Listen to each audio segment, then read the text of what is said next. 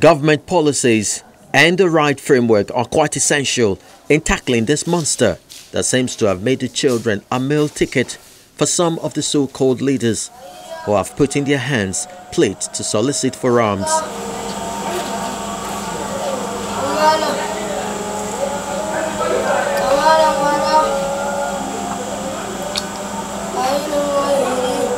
The state's chief executive expresses his concern. If you talk in terms of answering, catering to the child, if you ask the parents of those children, as far as they are concerned, that system is catering for their children. It's giving them some sort of education, for whatever it may be worth.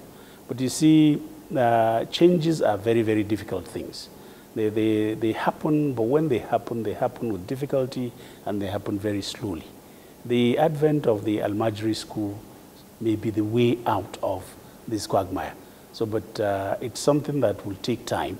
We have to educate people to understand that nobody is trying to stamp out the system they are used to.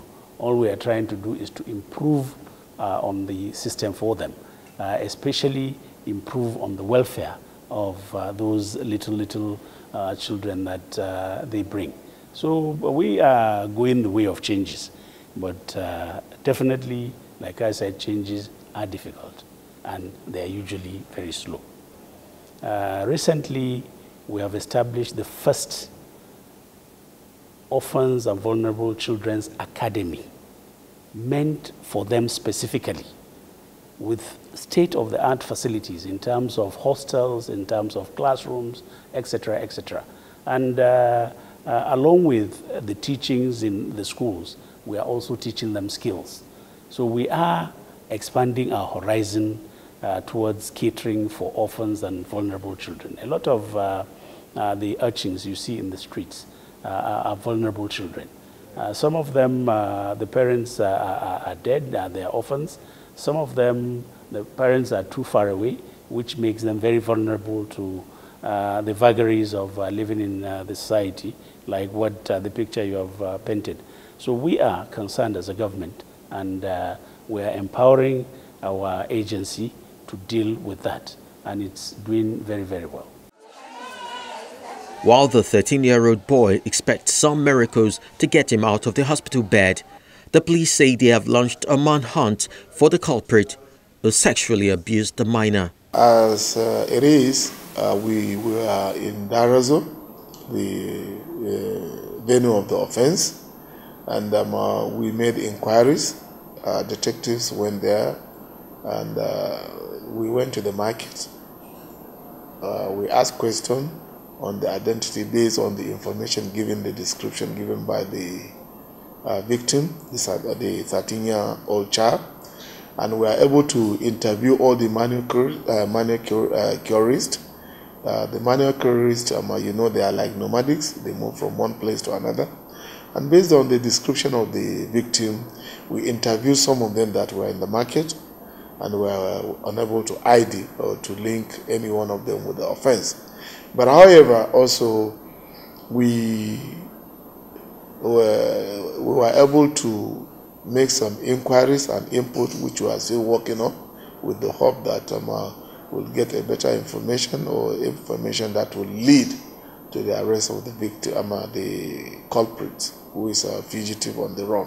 Based on his assertion, the scene of the crime starts from the market, whereby he was asked and taken to a bush. Where is that bush? There are so many bushes around Darazo market. You cannot actually pinpoint, unless if the boy is ill and he cannot be discharged from the hospital, would have used him to lead us to where the offense actually happened.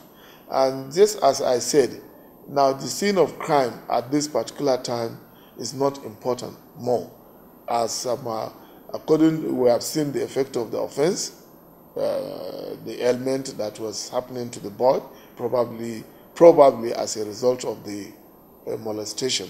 But still, we cannot determine. The fact of the matter is, until when we are able to apprehend the suspect, that would have given us more idea, and then we would have you make use of the victim to lead us to the scene of crime. But for now, it is a bush outside Darazu. And a bush outside Darazu are many. Is it from the south, east, west, or north part of Darazu? Nobody, unless that boy who is a victim comes forward to say, this is who I am. As doctors battle to save the victim, who appears to have emaciated further, the mother is worried about where the next meal or money would come from to ensure the young boy continues with his medication.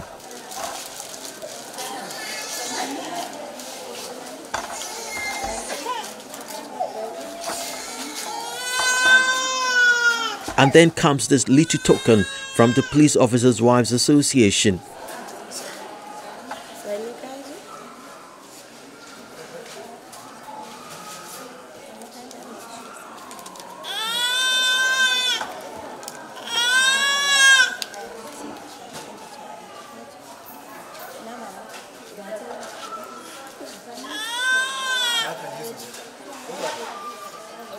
It takes her unawares as emotion gets a better part of her.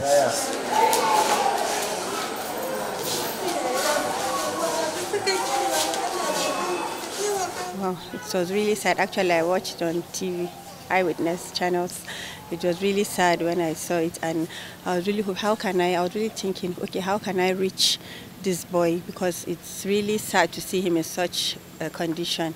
And we would like to appeal to the public, individuals, government, to if the children can be off the streets, because it's not really nice. They are exposed to such different kinds of things like that. So we really appeal to the government and individuals to see if they can help out. So I'll appeal to our mothers to also take care of their kids and stop exposing them to all this hawking and all these things. And I think that's what really exposes the children to such danger, yes.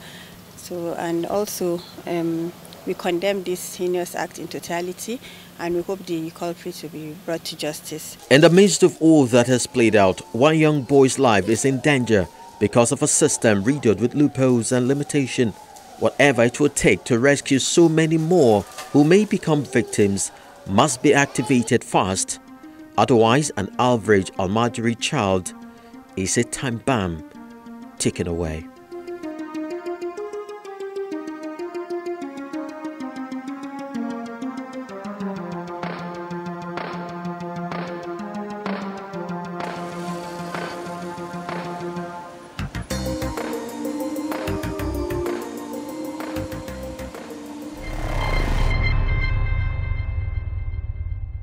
You can also be part of Eyewitness by sending us your photo or video. Simply shoot and upload to our Eyewitness portal via the Channels TV app. Download, launch, and then swipe to reveal the Eyewitness menu. Follow instructions on how to upload your story. Please endeavor to add a form of contact such as email or phone numbers so we can get in touch with you. For now, let's see some of those you already sent for the week. Our first photo shows a poorly maintained dump site in Karu, Abuja, that has completely blocked the main road. Our Eyewitness is calling on the appropriate authority to please come evacuate the refuse. Next is this photo showing what our Eyewitness describes as a bad road and blocked drains at K2 bus stop, Lagos. You want the state authority to do something about this before it worsens. From Owode in Oyo State comes what our Eyewitness alleged as a poorly constructed road from Owode to Irepo Market in Oyo State. You claim the road was constructed in 2016 but has gone really bad.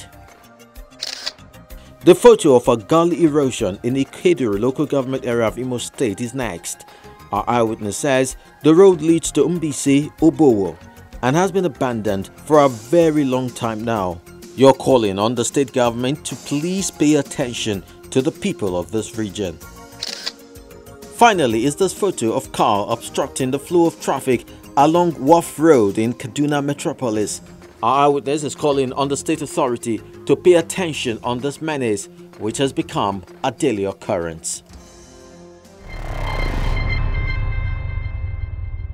Now, those were your stories. Do keep them coming. It's time we called it a day on the program. Do follow us on all our social media platforms. Till next week, when we shall make a return, I'll keep my eyes on you. I'm Chris Alems. Bye-bye.